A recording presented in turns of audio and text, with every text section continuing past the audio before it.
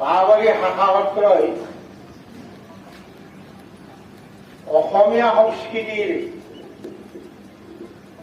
গুৰু উপদেশে পৰম পিতা পৰমেশ্বৰ পৰম ব্ৰহ্মৰ নিৰ্দেশ বয়োজ্যেষ্ঠ আৰু বয়োজ্যেষ্ঠা ব্যক্তিসকলৰ পৰা বছৰৰ পহিলা তাৰিখতে আশীৰ্বাদ ল'ব লাগে। ইমান অভক্তিৰে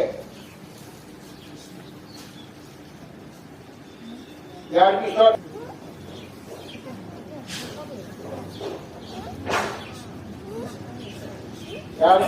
শ্ৰীযুত ৰবীন বাবু সম্বৰ্ধনা জনাব।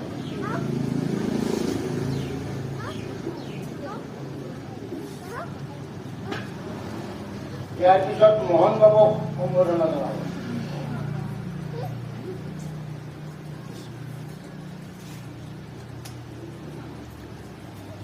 ইয়াৰ পিছত হেমলতা বায়ন বাবুক আই মাতৃজনীক সম্বৰ্ধনা। তাৰ পিছত শ্ৰীমিতা অঞ্জলি দাস বাইদেউ জনাব।